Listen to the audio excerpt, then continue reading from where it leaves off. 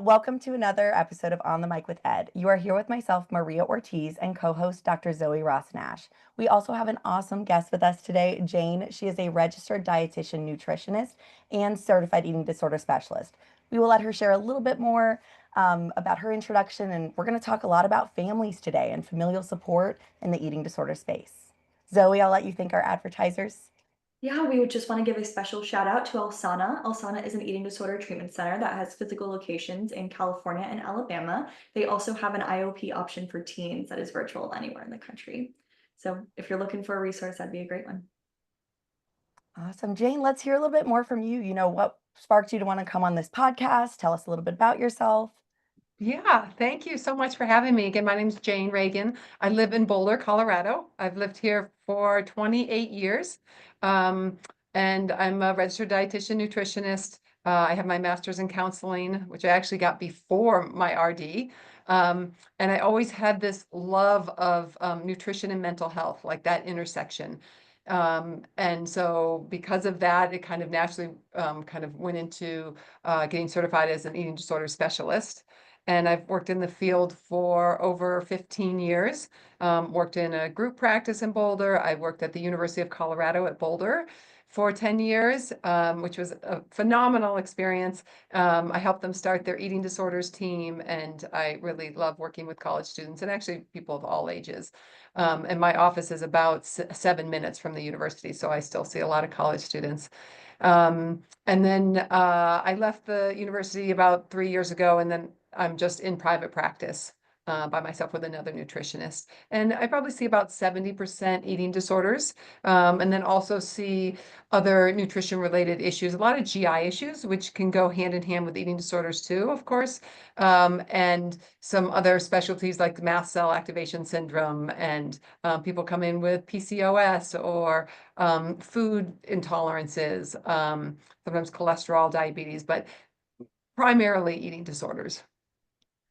You bring up a lot of like the functional medicine components of eating disorder treatment, right? We always say that eating disorders don't show up in a vacuum. And I swear, whether we're seeing it more and more or we're just recognizing it more and more, so many people are coming in with those comorbidities, Yes. like you just mentioned. And so it sounds like you just have a realm of expertise to be able to give that surround care that they deserve. Well, the interesting thing is when I worked at the university, I had to see anyone who walked in my door. I didn't have a choice, right? Which actually was a phenomenal experience because I was able to learn so much and grow so much. And you are so correct in that there's many comorbidities that can go along with eating disorders that make it more complicated and more challenging to kind of tease apart what is what. And then sometimes things can just be blamed on an eating disorder when it's really not, right? Someone might have a real GI issue going on, a real digestive issue, or they might have something else like POTS or an autoimmune condition like lupus, and so it's really important to look at that whole picture. Yeah, given your education in both dietetics and counseling, I feel like you are the perfect person to ask this question to. You're also our first certified eating disorder specialist. Maria is also one, and I'm en route to that. But we are so excited that we finally have a specialist on our podcast. But going back to my question, tell me a little bit about the connection between the genetic, the psychological, and the environmental facets of eating disorders. Yeah. So eating disorders are really multifactorial, right? There's not a blood test you can take to say, oh, you have an eating disorder. And that's what makes them really complicated. And sometimes hard to really distinguish what's going on, right? Because it's not purely genetic, although there is a genetic component. It's not purely psychological, even though anxiety and depression, and we even see ADHD, right? Obsessive compulsive disorder, a lot of different conditions that are part of this picture. There's also a big environmental piece, diet culture, just all of the information that we hear out there. When I think of like social media, I think of all the inaccurate nutrition information, and there's so much of it, right? And so we also look at like relationships with people, family pressures, and when we think of environment, we also think of traumas or bullying or right, all the ways in which we interact with our environment. And so all of these together create sometimes this perfect storm that can make someone more susceptible to these influences. And so when we're treating eating disorders, it's so important to not just look at one facet, right? One factor, but to really, how do these all interact? And part of the environmental piece, or right, is the family, right? Or the genetics, like all that, like the family is a big piece of this. And parents are also a piece of this that can be make the situation sometimes more challenging, and can make the situation that much better. Um, and so working at the university, I worked with a lot of parents too, because their kids, were 2,000 miles away, and parents felt just distraught. And so I really got to see another perspective of an eating disorder through their eyes.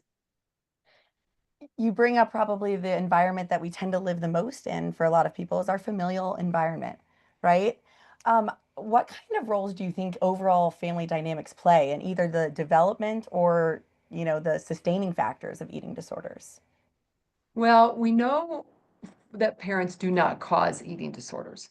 Like, we have lots of research, and I really try to emphasize with that with my parents, because there's a sense of guilt and responsibility, and that they don't cause eating disorders, but they can influence a child positively or negatively, right? If you've got a family where there's a big focus on image and exactness of food, right or wrong, lots of food rules, dieting, the child grows up in a certain environment, right? Versus an environment that is more accepting and not as rigid, right? Maybe the focus is not so much on the external, but more on how somebody's feeling and what they're thinking. And I'm a parent. I forgot to mention that too, of 4 kids, and they're all now grown and out of college. But it's hard being a parent. No one gives you a roadmap. No one gives you a guidebook when you bring your child home from the hospital, and yet you're so responsible for this human being. And parents most often try to do their very best. But it's a busy job, right? You might have a couple jobs yourself. You might have ailing parents. You might have several kids. There's a lot going on. And so it's hard for parents sometimes to get the support they need when their child is suffering. But support is out there, and it can make a huge difference. I like the way that you said, like, yeah, the parents don't cause eating disorders, and also they can have influence. I work with a lot of kiddos and teens, and a lot of times parents will look at me and be like, "Did I do this?" And I always say, "You didn't do this." I usually say there's so many different factors, and sometimes it's important to find those factors, but it's important to remember what caused the eating disorder might not be what's maintaining the eating disorder. And I Yeah. also say, if there is some influence that you guys have shared, what the kids are usually looking for is just validation that they understand and see, and then the steps forward to correct the behavior and to provide that support.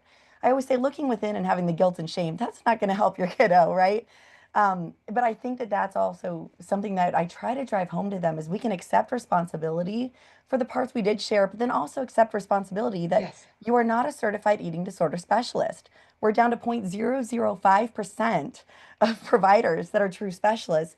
How is the random parent on the Yes. street supposed to know how to prevent eating disorders, how to then spot them when they arise? I really try to throw them that statistic to show that even standard practitioners don't always know these nuances.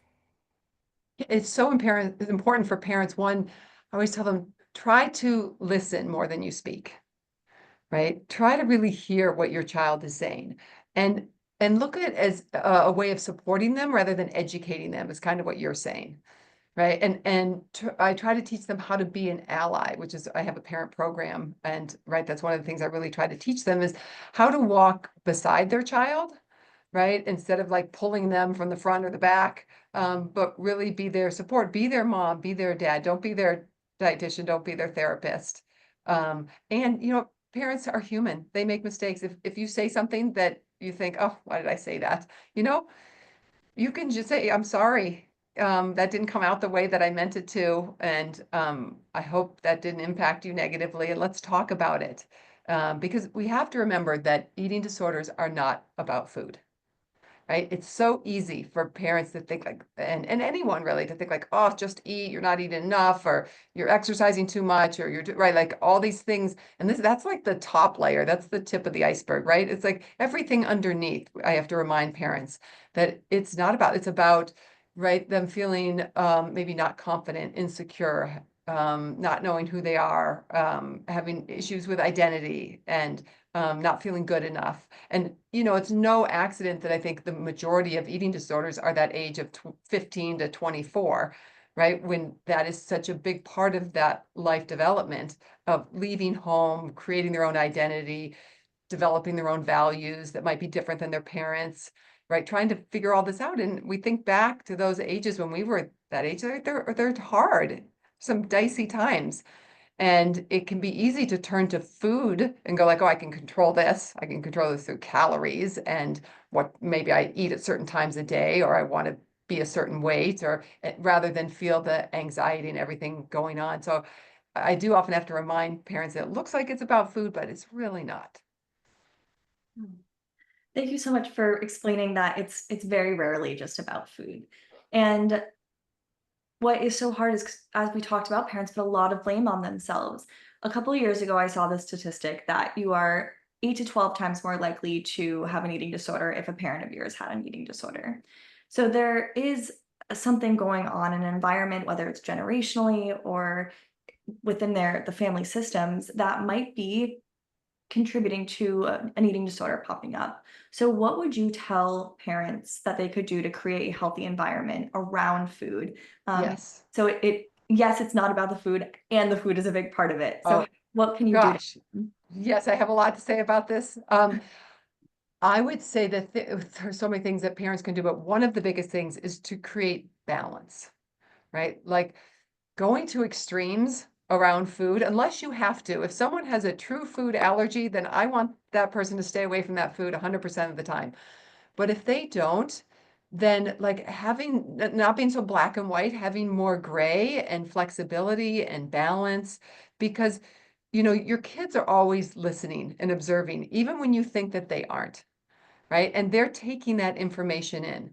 And I've had parents in my office, with their child, and one parent is eating a keto diet and the other parent is eating, a carnivore diet, no joke. And the child is terrified of eating carbs. And so they learn, some of this is learned behavior. Now they might learn it on social media, they might learn it in their schools with their friends, but their home environment is so impactful. And so parents just have to notice their own thoughts and behaviors around food, which makes this a challenging situation because it's not like you give an antibiotic to your child who has strep throat and you don't have anything to do with it. Like parents have to look at themselves and see like, oh, is there anything I'm doing that could be creating this type of environment that makes them more susceptible? So, and to find joy in eating, right? Not to have it be something where, oh, I can only eat this food or not that food or this many calories, and also joy in movement, and exercise, right? That's a big piece that can become very compulsive. To show balance with rest, right? Like in our society, I feel like so many of us have our foot on the pedal, right? The gas pedal all the time and not on the brake. And to show like it's okay to rest. We're so overscheduled. Our kids are so overscheduled. And so there's not a lot of time for self-care. So I think for parents to be an example, really, that their kids can learn from is Yeah, really helpful. one of my favorite quotes is when the joy goes out of eating, nutrition dies, Yeah. because there needs to be some connection during mealtime. And there is so much culture associated with food. There's so much tradition and community and celebration around food. Having that community that feels connected around mealtime is going to be so helpful for those folks that are going through eating disorder concerns.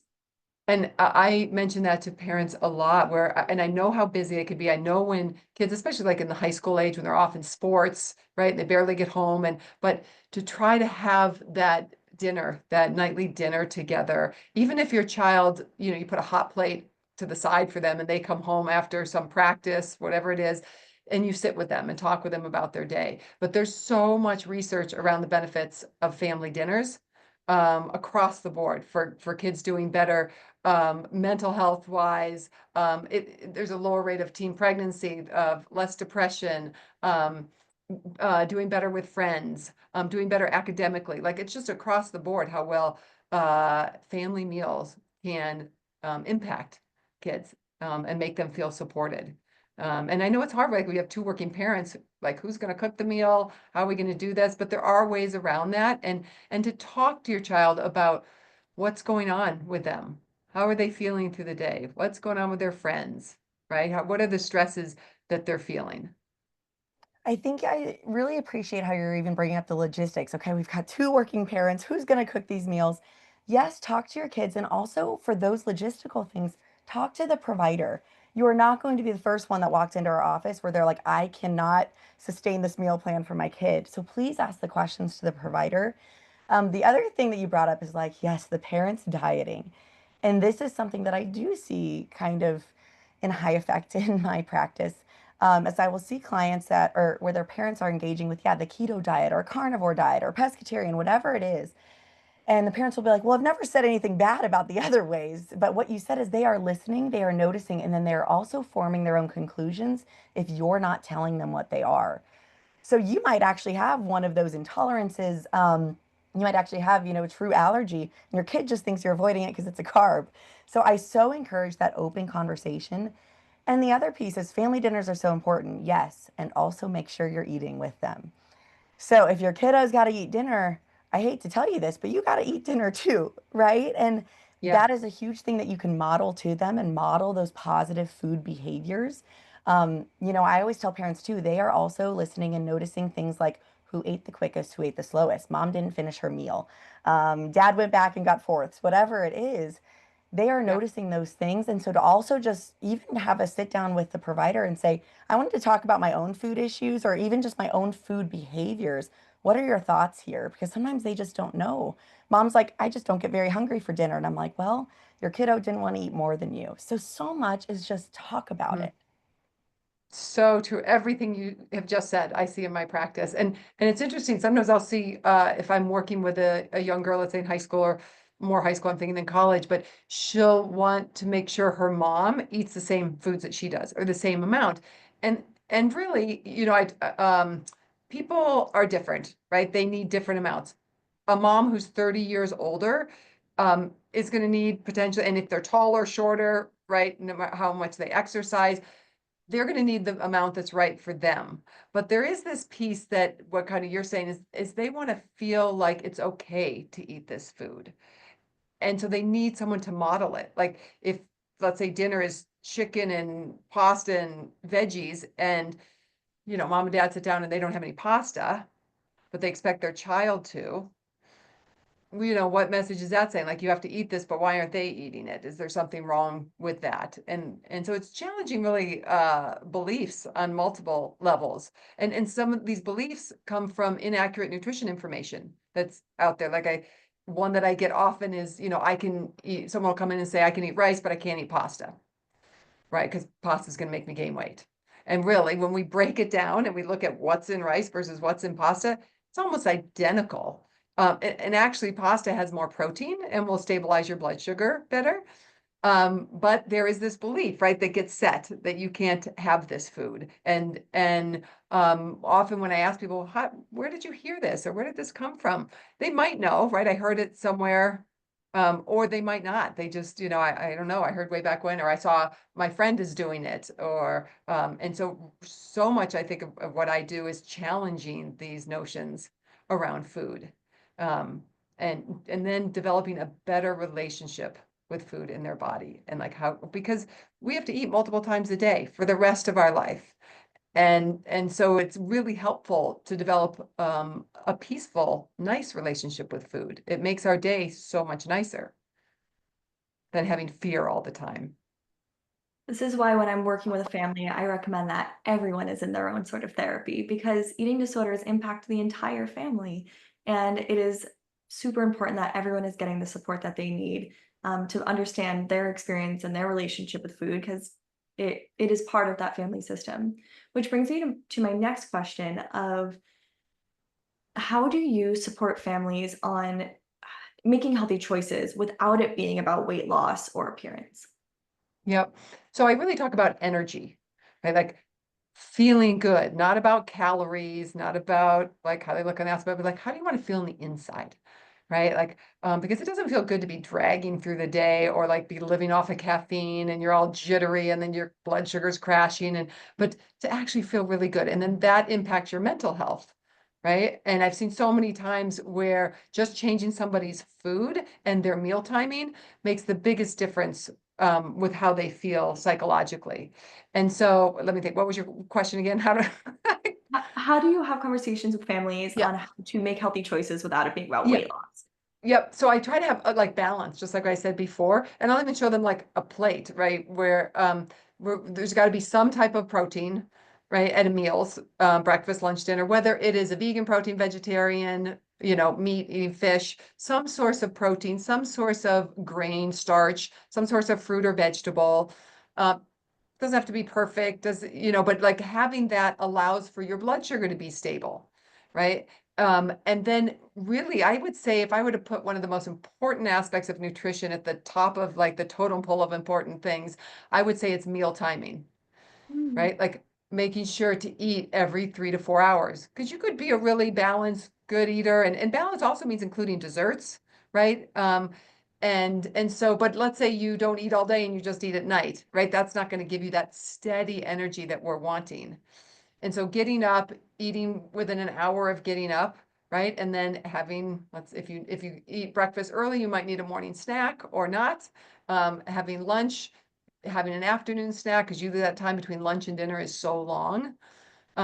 Having dinner, and if you're, especially for students or kids that are up later, right? They are going to need a snack. And that it's okay to eat multiple times a day. In fact, it will help you have that good energy and thinking that you need and help you have a strong metabolism. What I'm hearing in your answer is a lot of like education is needed. Because some of the stuff you're saying, it makes complete sense, yet people have never heard of it, right? They've heard that the intermittent fasting diet will do X, Y, or Z. So you start saying eat every 3 hours, and they're like, but I think that's really what's interesting in my work is I will have 5 clients tell me 5 different rules about the same food. And none of them can coexist together, these rules, but they all swear this is it. My family swears by it. Yep. And that's so challenging because people are getting their education from sources that we cannot trust.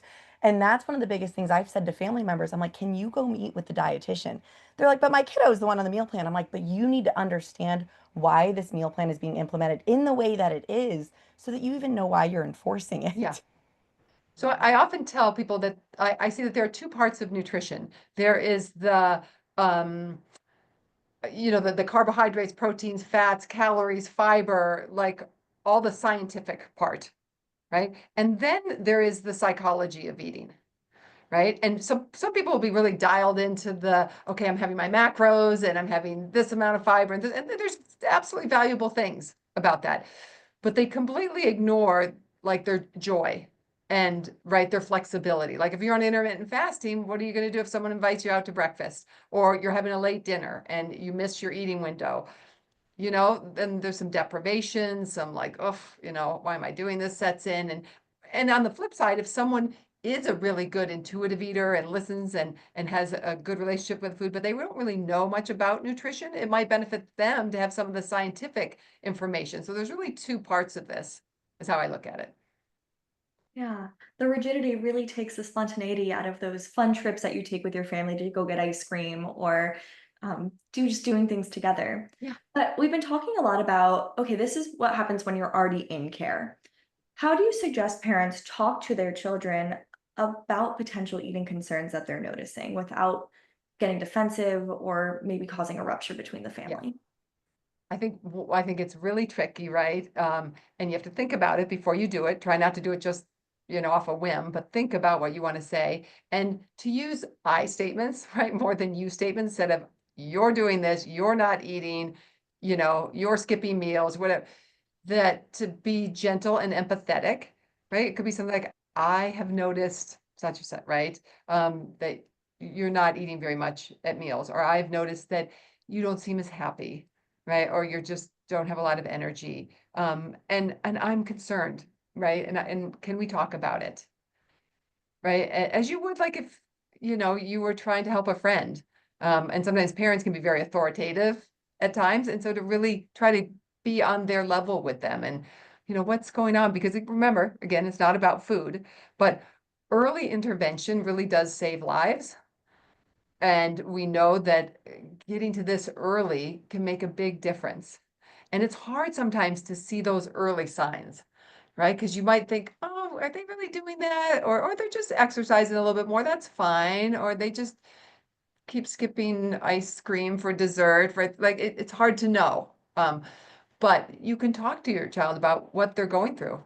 How's their job? How's their academics? How's their friends? How are their relationships? Yeah. So all in all, if you notice that your child has just had some changes around mealtime or food or even their overall energy, their relationships, don't shy away from that conversation because as you Yeah. said, early intervention saves lives.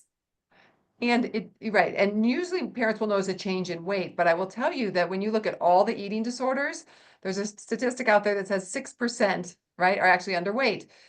So don't be misguided, right, or fooled just because your child appears to be a normal weight and you think, well, they're fine, right? Because again, it's not about their weight, it's not about their food, it's about what else is going on. Yeah. And children are supposed to be gaining weight, so even maintenance of weight could be a sign of something concerning going on. Yeah, and you can always, if it's a younger person, bring them to their pediatrician, have labs done, right? Have an EKG done, see what's going on. And I maybe love they would be open to talking to their provider. because the provider's not the parent, right? And sometimes there can be that wall there, right?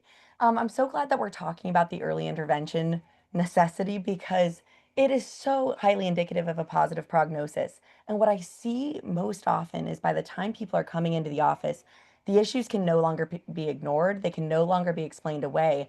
And like Dr. Zoe said, it's like if you notice slight changes, that's when we call the pediatrician.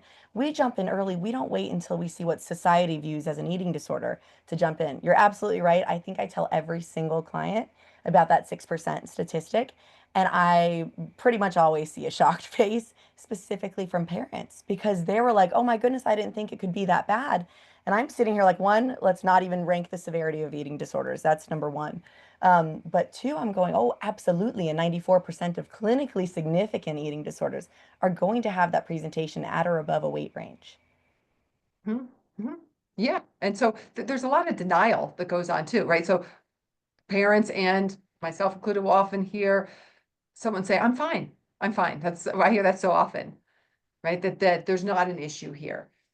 And so again, as a parent, you can bring your concern. I hear what you're saying, and this is what I'm seeing, right? I'm just concerned. I love you, and I want to make sure you're okay. And I'd like to still continue to have this conversation. And it might not happen the first time, right? They might completely stonewall you. But then, right, as our job as parents is to still help our child.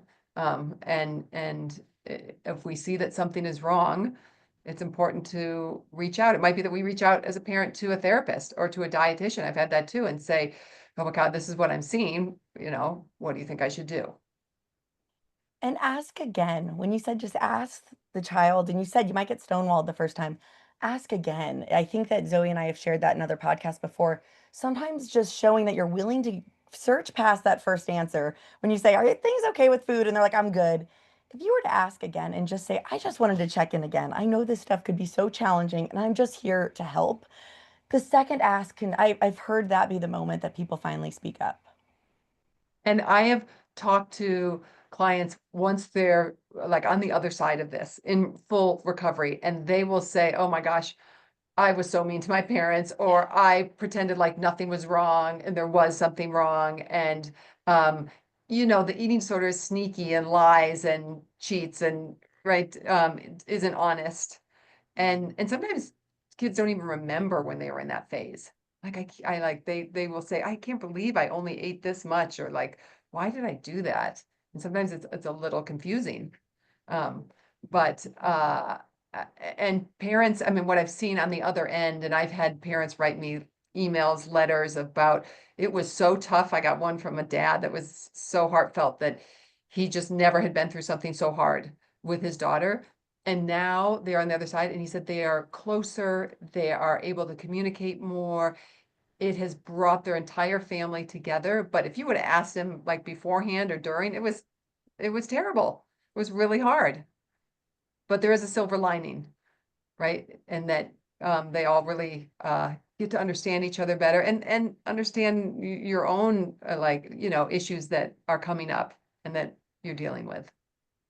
When I was working on the National Eating Disorders Association helpline, I don't think they have it anymore, which is so sad. Um, a lot of parents used to call in, and just providing education about general information on eating disorders, I found to be really helpful for them just to navigate, okay, what does anorexia mean? What does bulimia mean? What are the symptoms? What do they look like? And I used to recommend the parent toolkit, which I think NEDA still offers, but I would love to hear if you have any resources or recommendations for parents to learn about eating disorders, because it's hard being a parent with a loved one with an eating disorder. Yes, absolutely. Yes, I do have a wonderful resource. It's a resource I created called the Eating Disorder Recovery Roadmap for Parents. And at the time, let's see, I was working at CU at the university and working a lot with eating disorders. And one of my four kids went to school at the university, and she was a great eater when she left college and went to college and was with a roommate who lost 40 pounds, never ate, the pressures of, you know, just navigating your way on a big campus. And I noticed some changes, and I was kind of, you know, like a lot of parents thinking, oh, okay, I'm noticing that, but has anything really happened? Until one day I noticed, oh my gosh, there's something definitely happening here. And my own daughter fell into anorexia. And then I became a parent and not a provider. And the lens of looking through a parent is different than a provider. And so even though I knew a lot about the field, I needed to be a, a mom and a parent to her, and that was it. And so it made me realize that wow, parents are not getting the support they need. This is complicated stuff. This is hard. It's multi-generational, multifactorial.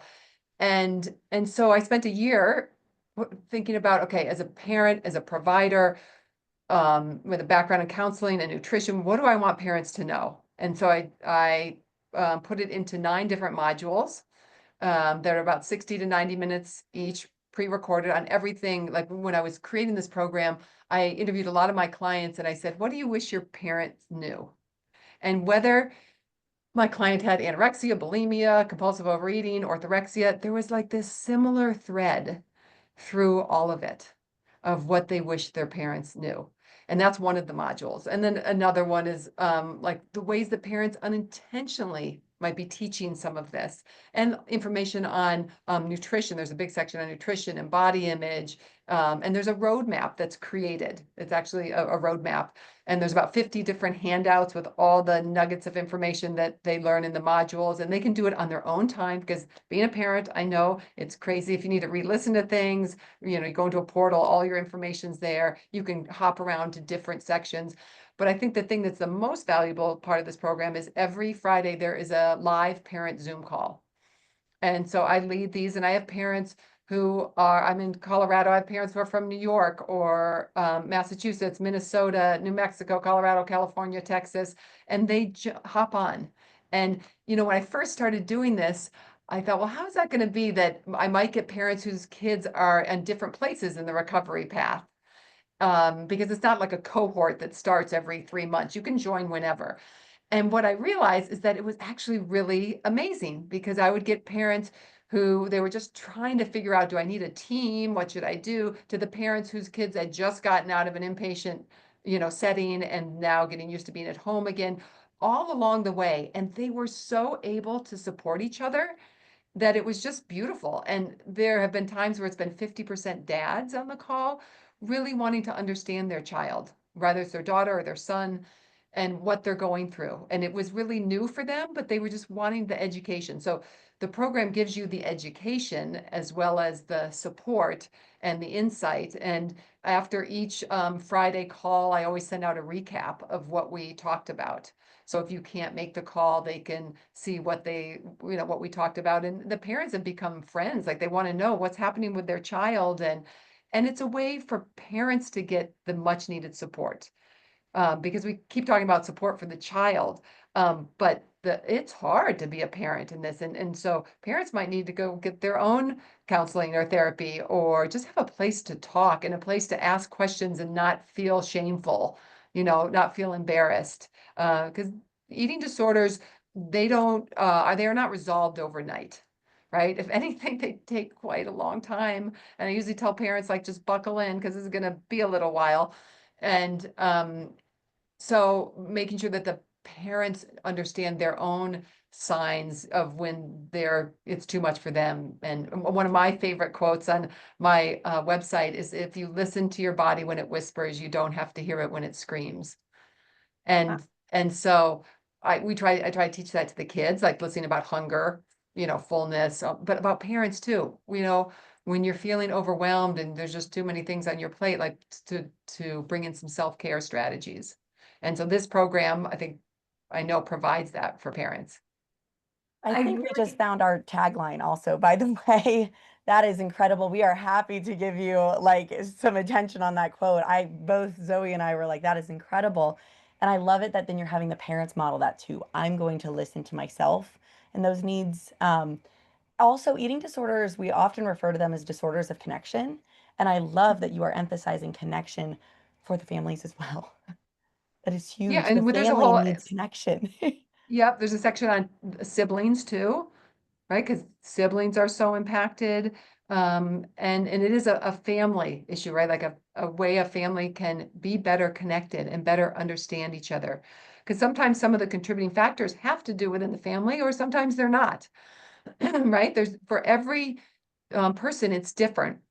So when we create that recovery roadmap, and it looks like Candyland, if you remember that game, or Chutes and Ladders, it's actually a picture of a road. And for parents to understand, what is it for their child that is their contributing factor. I had a dad who I saw his daughter, and he said, "Oh, I know it's social media. I think that's the biggest problem." And after I talked to his daughter, and then he talked to her, and he said, "You know what? I just realized it. Social media is actually, it's okay. The thing that's impacting her the most are the kids at her school, her relationship with, like, the peer pressure, kind of the bullying. This is the piece that he didn't realize." And then I didn't talk to him for about 6 months. And when I did talk to him again, he had moved his daughter to a different school. And so I think it's so important to know for your child, what is it, right, that is impacting them the most. And those decisions can be so hard to make because you want to make the right decision for your child. And these could be life-altering decisions. So I'm working with a teenager right now, and we're trying to figure out if they're ready to go to college. And these are Oh, huge yeah. decisions that have to be made with the family that could really change the trajectory of someone's life. So these things are not taken lightly. And having support all across the board with other parents, with other providers is so critical Yes. to positive outcomes. Yeah, for sure. And there's a lot of decisions to make about, like, when you talk about college, and parents will ask me, should I let my child go to college? Right. And it's not like a threat, right? Like, you can't go to college if you don't eat this, but like a boundary almost, like, oh, I care about your health, your mental health, your physical health, and to send you away, right, when you're not optimal or you're really suffering, right, is not something I want to do. And so trying to keep it out of the threat realm, because it can easily go into that. And it's so easy to want to just say, just eat, right? And that's one of those things that, like, what your child wishes you knew. They would say, I want my parent to know I can't just eat. But like, they're human, right? You want to just say, like, just pick up the fork and start eating. But we have to remember, like, it's about so much more. And that's when we remind them that they will very much so pick up the fork and start eating. And it does not mean they're cured. It does not mean that they are recovered. It does not mean that they're in recovery space. It means they might be getting closer to meeting their nutritional needs. But that is one facet of all this. And I'm also Yes. hearing when parents are bringing up a conversation or maybe even a recommendation, we have to look at the origin of what they're saying. Is it coming from their own fear? And is that fear valid? Is the fear, I don't want something bad to happen to them in college, so I'd rather them stay home? If there's some validity there that, hey, this kid's in a rough place, we've got to look at that. But if this is coming from a true fear of lack of trust or those things, that's where it's hard for parents, I think, to look in their own mirror and go, where are my own emotions coming from? Because we focus so much on the kiddo. Where Right. are her emotions coming from? Where is her drive? Where are her intentions? And we have to look at that too. And I see that when it comes to big decisions, are you scared to let them re-implement into their sport or something? Yeah, we all are. Let's be very honest sometimes. And also, have they taken the steps that there's a possibility of a very good outcome here? Yeah. The other Yep. way I see looking in the mirror is their own food habits. And I think we've all touched on that today. And it's a question I actually want to ask you because I see it happen a lot in my practice of it can be hard for a parent to see the way their kid is struggling. Because if they see how their kid is struggling, they'd have to look at their own struggles. And I'm curious to see kind of how you navigate that when parents, they almost are avoidant to seeing a severity or, even the problematic behavior because they might be engaging as well. Mhm. So you mean, how do I talk to parents about that? Yeah, how do you Right. recommend the approach with this? Yeah. So it's tricky, right? Because I think most parents generally want to help their child. And if there's anything they're doing, right, they typically want to know, but it might collide, as you're saying, into some of their own issues. And so I think it's with a gentleness, a respect, an honoring, right? And that that this is how this is impacting your child. And there's no right or wrong, there's no blame. It's just kind of what is. And like I'm wondering what we can do to shift this and make it more positive for your child. And it might be like for the parent, gosh, I have people that are 60 years old in my practice who remember what a parent said or what a parent did. And maybe that parent that we're talking about right now is the same situation, like that they had difficult things in their childhood and their growing up, and that made them want to control food. And so like to have them look at that can actually be a relief. Maybe it's something they've been holding all these years, right? And to try to process that and work through it and heal. Because we're really like, we're all looking at how to heal someone in this situation. And that might be the parents too. There might be some healing that needs to go on there. And the one thing I wanted to say about healing and recovery is one of the things that many of the kids told me when I was creating this program was that my eating disorder doesn't go away just if I'm at a normal weight. Just because I weight restore, if I was at a low weight, then parents go, "Whew, okay, good, we're good now," right? And they don't check in, and that keeps kids stuck because it wasn't about their weight in the first place. And so to remember to continuously check in, communicate, right? Connect with them, like heart to heart connection. And we forget about that in our busy lives. And maybe as a parent, that was never done to you, right? Parenting styles have changed through the generations. And so maybe you don't know quite how to do that with your own child, but I've seen so many parents learn and so much closeness develop that's been so beautiful, and has allowed for this healing space to happen. Something I like to do in my practice to cultivate compassion for my clients, because I typically work with less families and more individual folks, but they may have some anger towards their family because of the messages they received about food. So I do this activity where we look at the three generations of people behind you and think about the messages that they received in their family, from society, from people just in their everyday life. And it cultivates a ton of compassion for why they did say the things that may have harmed them. And it's one of my favorite, most powerful exercises I do with folks, because it just offers a lot of space for forgiveness too, that they were just And, doing their best. and for kids to remember that their parents are people and they're human, right? And their parents were kids at one point, right? We forget like the parents are not perfect, and they're learning too all along these years in our life. We're always learning, but learning together with a sense of empathy and love and understanding is a lot easier, right? And if you say something again that doesn't quite jive or you feel like you made a mistake, you can apologize and just say, I'm learning too, and how can I do this better next time? I even think that this compassion is really important for providers to remember to carry for the families that they're working with. Because, we obviously we get very invested in our clients and their recovery. And sometimes it can be even hard as a provider looking at the parents like, why can't we figure this part out, right?